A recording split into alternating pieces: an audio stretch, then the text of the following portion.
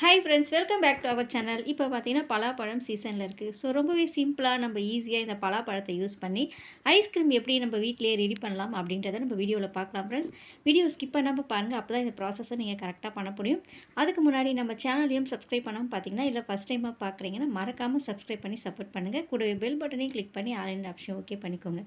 அப்போ தான் நம்ம சேனல் அப்லோட் பண்ணுற வீடியோவோட நோட்டிஃபிகேஷன்லாம் உடனுக்குடன் வரும். வாங்க ஃப்ரெண்ட்ஸ், நம்ம ஜாக் ஃப்ரூட் ஐஸ்கிரீம் எப்படி ரெடி பண்ணலான்ற பார்க்கலாம்.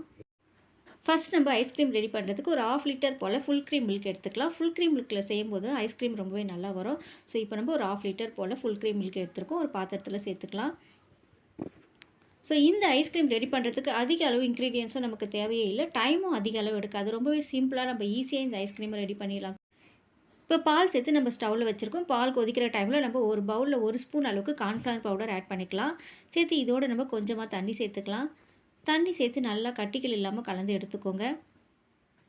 ஸோ இந்த ஐஸ்கிரீம் ப்ராசஸ் ரொம்பவே சிம்பிளாக நம்ம ரெடி பண்ணிடலாம் ஃப்ரெண்ட்ஸ். ஸோ இப்போ இது நல்லா நம்ம கட்டிகள் இல்லாமல் நல்லா கலந்து எடுத்துக்கோங்க.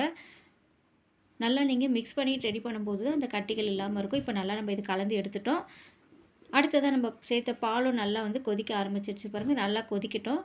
ஒரு 5 மினிட்ஸ் நல்லா கொதிக்க விடுங்க. இப்போ இது நல்லா கொதி வந்துருச்சு பாருங்கள். நல்லா கொதிக்கிறது நல்லா தெரியுது. ஸோ இந்த ஸ்டேஜில் நம்ம கரைச்சி எடுத்து வச்சுருக்க கார்ன்ஃப்ளவர் பவுடரையும் நீங்கள் சேர்க்கும் போது ஒரு டைம் நல்லா கலந்து விட்டு நல்லா சேர்த்துக்கோங்க. அப்போ தான் கட்டிகள் இல்லாமல் நல்லா வரும். ஸோ இப்போ இதனால் நம்ம மிக்ஸ் பண்ணிவிட்டு பாலோடு கலந்து விட்டுக்கோங்க. கார்ன்ஃப்ளவர் பவுடர் ஆட் பண்ணதுக்கப்புறம் நீங்கள் கைவிடாமல் நல்லா கலந்து விட்டுக்கிட்டே இருங்க. ஸ்டவ்வும் லோ ஃப்ளேமில் வச்சுக்கோங்க. நீங்கள் கார்ன்ஃப்ளவர் பவுடர் சேர்த்ததுக்கப்புறம் நல்லா கெட்டியாக ஆரம்பிச்சிடும். அதனால் நல்லா கைவிடாமல் மிக்ஸ் பண்ணிக்கிட்டே இருங்க, இல்லை அடிப்பிடிக்க ஆரம்பிச்சிடும். பாருங்கள், இப்போ நல்லா நம்ம தண்ணியாக இருந்து அந்த பால் நல்லா திக்கான கன்சிஸ்டன்சியில் வந்திருக்கு. ஸோ இந்த ஸ்டேஜ் பாருங்கள், நல்லா பார்க்கும்போதே தெரியுது நல்லா திக்காயிருச்சு. ஸோ இந்த ஸ்டேஜில் நம்ம 1 ஸ்பூன் அளவுக்கு வெனிலா எசன்ஸ் ஆட் பண்ணிக்கலாம். பாருங்கள், இந்த ஸ்டேஜ் வரணும். இந்த ஸ்டேஜில் நம்ம 1 ஸ்பூன் அளவுக்கு வெனிலா எசன்ஸ் ஆட் பண்ணி நல்லா கலந்து விட்டுக்கோங்க. வெனிலா எசன்ஸ் ஆட் பண்ணதுக்கப்புறம் 1 கப் அளவு சுகர் சேர்த்து நல்லா கைவிடாமல் கலந்து விட்டுக்கிட்டே இருங்க. அந்த வீடியோ ஸ்கிப் ஆகிடுச்சு ஃப்ரெண்ட்ஸ். இந்த ப்ராசஸ் தான் ரொம்ப முக்கியமானது ஃப்ரெண்ட்ஸ். கைவிடாமல் நீங்கள் நல்லா மிக்ஸ் பண்ணிகிட்டே இருக்கணும், அடி பிடிக்க விட்டுறக்கூடாது. ஸோ இப்போ நல்லா நம்ம கலந்து விட்டுட்டோம். இந்த ஸ்டேஜில் நம்ம ஸ்டவ் ஆஃப் பண்ணிக்கலாம். ஸ்டவ் கண்டிப்பாக மீடியம் ஃப்ளேமில் வச்சுக்கோங்க. இப்போ இந்த அளவுக்கு திக்கான கன்சிஸ்டன்சி வந்துடுச்சு. இந்த ஸ்டேஜில் நம்ம ஸ்டவ் ஆஃப் பண்ணிக்கலாம். இப்போ இந்த அளவுக்கு நம்ம பலாப்பழம் எடுத்துருக்கோம். அதில் இருக்கக்கூடிய விதைகளெல்லாம் எடுத்துடலாம். ஸோ இப்போ நமக்கு பலாப்பழம் சீசன் அப்படின்றதுனால இந்த ஐஸ்கிரீமை கண்டிப்பாக ட்ரை பண்ணி பாருங்கள் ஃப்ரெண்ட்ஸ். ரொம்பவே சிம்பிளான ப்ராசஸில் சிம்பிளான இன்க்ரீடியன்ஸை வச்சு நம்ம சூப்பராக வீட்டிலேயே ரெடி பண்ணிடலாம். ஸோ இப்போ இதில் இருக்கக்கூடிய நம்ம விதைகளெல்லாம் நீக்கிடலாம். இப்போ நம்ம பலாசோலையில் இருக்கக்கூடிய அந்த விதைகளெல்லாம் எடுத்த பிறகு நம்ம சின்ன சின்ன பீஸஸாக கட் பண்ணி மிக்ஸி ஜாரில் சேர்த்துக்கலாம். இந்த அளவு நம்ம எடுத்துருக்கோம். இப்போ இதை நம்ம சின்ன சின்ன பீஸாக கட் பண்ணிக்கலாம். நீங்கள் ஒரு பலாசோலையை ஒரு 2-3 பீஸாக கட் பண்ணிங்கன்னா போதும். ரொம்ப சின்ன பீஸஸாக கட் பண்ண வேண்டியதில்லை. இப்போ நம்ம ஒரு 2-3 பீஸாக கட் பண்ணி ஒரு மிக்ஸி ஜாரில் சேர்த்துட்டோம். இப்போ பாருங்கள், எல்லாம் நம்ம சேர்த்துட்டு நம்ம அரைச்சி எடுத்துகிட்டு வந்துடலாம். நல்லா ஃபைன் பேஸ்ட்டாக அரைச்சி எடுத்துகிட்டு வந்துடலாம். இப்போ பலாசோலைகளையும் நம்ம மிக்ஸி ஜாரில் சேர்த்து இந்த மாதிரி நல்லா ஃபைன் பேஸ்ட்டாக அரைச்சி எடுத்துக்கோங்க. இப்போ நம்ம அரைச்சி எடுத்துகிட்டு வந்துட்டோம் ஃபைன் பேஸ்ட்டாக. ஆல்ரெடி நம்ம பாலும் கார்ன்ஃப்ளவர் பவுடரும் சேர்த்து குக் பண்ணி வச்சதோடு நம்ம நல்லா ஆற வச்சதுக்கப்புறம் இதோடு நம்ம அரைச்சி எடுத்துகிட்டு வந்திருக்க அந்த பலாசோலை பேஸ்ட்டையும் இதோடு ஆட் பண்ணிக்கோங்க. சேர்த்து நல்லா நம்ம கலந்து விட்டுக்கலாம். இந்த ஸ்டேஜில் நீங்கள் சுகர் கரெக்டாக இருக்கா அப்படின்னு கூட செக் பண்ணிக்கலாம். சுகர் தேவைன்னா நீங்கள் ஆட் பண்ணிக்கலாம். இல்லை உங்களுக்கு மீடியமாக இருக்கணும் அப்படின்னு நினச்சிங்கன்னா 1 கப் அளவு சேர்த்திங்கன்னா மீடியமான அளவாக இருக்கும். இப்போ இதை சேர்த்து நல்லா நம்ம கலந்து விட்டுட்டோம். இப்போ இது நல்லா நம்ம மிக்ஸ் பண்ணதுக்கப்புறம் நல்லா மூடி போட்டு ஃப்ரீஸ் பண்ணிக்கலாம். ஒரு 2 or 3 ஹவர்ஸ் நல்லா ஃப்ரீசரில் வச்சு ஃப்ரீஸ் பண்ணிக்கோங்க. இப்போ இதை நம்ம மூடி போட்டு ஒரு 3 ஹவர்ஸ் நல்லா ஃப்ரீஸ் பண்ணி எடுத்துகிட்டு வந்துடலாம். இப்போ பாருங்கள், ஒரு 3 ஹவர்ஸ் ஆகிடுச்சு. நல்லா ஃப்ரீஸ் பண்ணி எடுத்துகிட்டு வந்ததுக்கப்புறம் அதை நம்ம மிக்ஸி ஜாரில் சேர்த்து அரைக்கணும். ஸோ இந்த ப்ராசஸ் ரொம்பவே முக்கியமானது நம்ம ஐஸ்கிரீம் ரெடி பண்ணுறதுக்கு. ஒரு 2 or 3 ஹவர்ஸ் நீங்கள் ஃப்ரீஸ் பண்ணதுக்கப்புறம் திரும்பவும் நீங்கள் மிக்ஸி ஜாரில் சேர்த்து நல்லா ஃபைன் பேஸ்ட்டாக அரைச்சிக்கோங்க.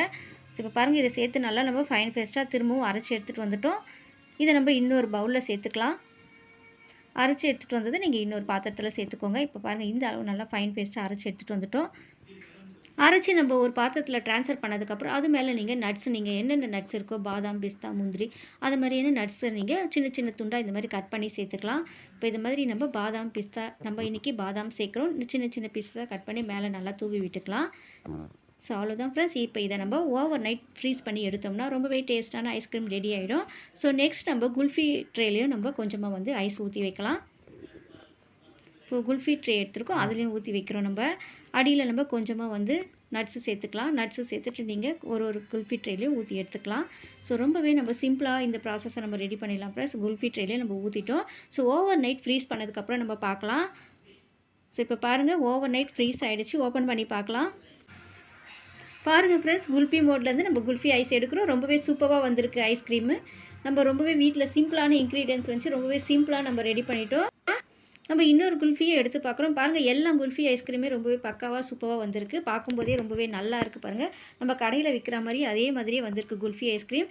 நெக்ஸ்ட்டு நம்ம பாத்திரத்தில் ஊற்றி வச்சுருந்த ஐஸ்கிரீமையும் நம்ம ஓப்பன் பண்ணி பார்க்கலாம்.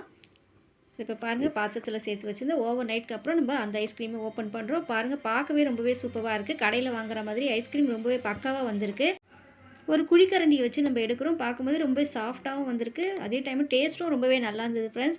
ஸோ இந்த பலாப்பழ சீசனில் கண்டிப்பாக நீங்களும் இந்த ஐஸ்கிரீமை ட்ரை பண்ணி பாருங்கள். நமக்கு அதிக அளவு இன்க்ரீடியன்ஸும் தேவையில்லை, அதிக டைமும் எடுக்காது. ப்ராசஸ் மட்டும் நீங்கள் கரெக்டாக பண்ணிட்டீங்கன்னா ரொம்பவே சூப்பராக சிம்பிளான மெத்தடில் ஐஸ்கிரீம் நம்ம வீட்டிலே ரெடி பண்ணிடலாம். ஸோ பார்க்கும்போதே சூப்பராக இருக்குது. கண்டிப்பாக நீங்களும் இந்த அளவுகளோட இந்த மெத்தடில் ட்ரை பண்ணி பாருங்கள். ட்ரை பண்ணிவிட்டு உங்களுக்கு எப்படி வந்தது அப்படின்றத கமெண்ட்டில் சொல்லுங்கள். ஸோ இந்த வீடியோ பிடிச்சினா மறக்காமல் லைக் பண்ணிக்கோங்க, உங்கள் ஃப்ரெண்ட்ஸ் ரெடிக்கோ ஷேர் பண்ணுங்கள். நம்ம சேனலையும் மறக்காமல் சப்ஸ்கிரைப் பண்ணி சப்போர்ட் பண்ணுங்கள். நெக்ஸ்ட் இன்னொரு வீடியோட உங்களை சந்திக்கிறேன். Okay friends, thank you.